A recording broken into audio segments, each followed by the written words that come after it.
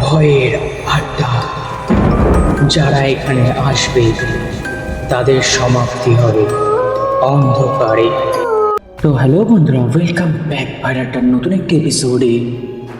বন্ধুরা, আজকে যে ঘটনাটি বলবো, ঘটনাটি বেশি বড় না, ছোট ঘটনা, বেশিক্ষণেরও না। তো প্রথমেই বলে রাখি যে আমার এই ঘটনাটি পাঠিয়েছে সে ব্যক্তিগত কারণে নাম উল্লেখ করেনি।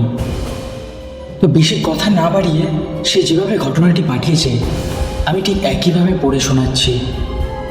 এই ঘটনাটি ঘটেছে আমার সাথে রিসেন্ট, এই ধরো 2-3 মাস আগে। তখন আমি আমার দিদার বাড়ি বেসমেন্টে থাকতাম। বেসমেন্টটা একটু অন্ধকার আর পুরনো জিনিসে ভর্তি ছিল। বিশেষ করে একটা ফার্নেস রুম ছিল যেখানে অনেক অপ্রয়োজনীয় জিনিসপত্র জমা করে রাখা ছিল। সেই ঘরে ছিল একটা অদ্ভুত আর ভয়ঙ্কর পেইন্টিং, একটা ছোট মেয়ের ছবি, যাকে মনে হচ্ছিল যেন অন্ধকারে একটা ঘরের কোণে আটকে রাখা হয়েছে। আর মনে হচ্ছিল সেই বাচ্চা মেয়েটা কাঁদছিল। ছবিটার দিকে তাকালেই অদ্ভুত একটা অস্বস্তি লাগতো। আর ওই ঘরে একটা পুরনো ডল অর্থাৎ পুতুল ছিল, যেগুলোতে মিউজিক বাজত। নিজে থেকে নড়াচড়া করার কথা নয়। একদিন রাতে প্রায় 4টার সময় হঠাৎ আমরা সবাই একটা অদ্ভুত শব্দে আমাদের সবার ঘুম ভেঙে গেল। পুতুলগুলোতে মিউজিক বাজছিল। প্রথমে ভাবলাম হয়তো কোনো ভুল হচ্ছে, কিন্তু যখন আমরা ফার্নেস রুমে গিয়েছিলাম তখন দেখি পুতুলগুলো নিজেরাই সামনে পিছনে দুলছে। এই দৃশ্য দেখে আমরা ভয়ে জমে গিয়েছিলাম।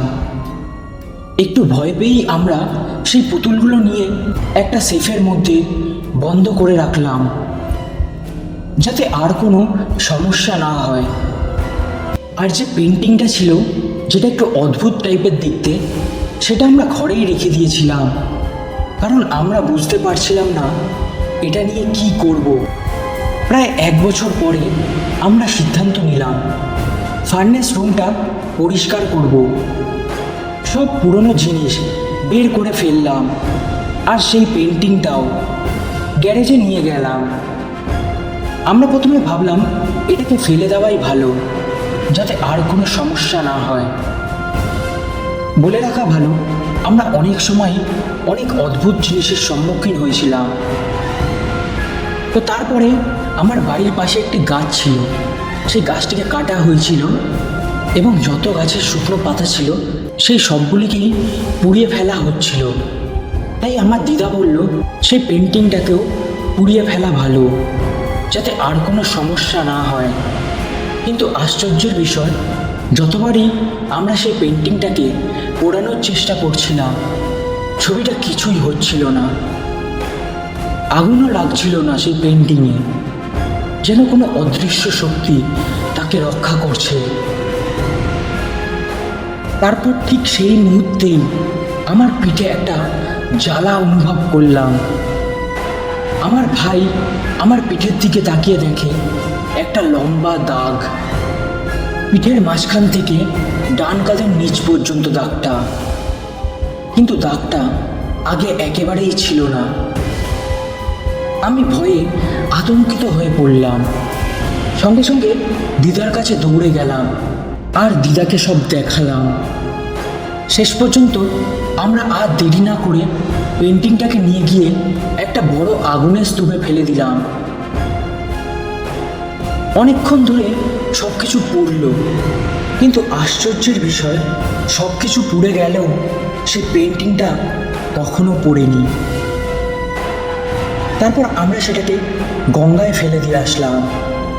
তো সেই ঘটনার পর আর কখনোই ওই ধরনের কিছু আমাদের সাথে ঘটেনি।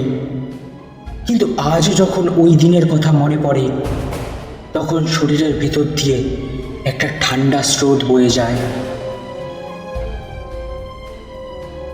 তো বন্ধুরা, এই ছিল আজকের ঘটনা। ঘটনাটি কেমন লাগলো তোমরা প্লিজ কমেন্ট করে জানিও। আর যদি ঘটনাটি ভালো লেগে থাকে তো লাইক, কমেন্ট, সাবস্ক্রাইব করতে ভুলো না।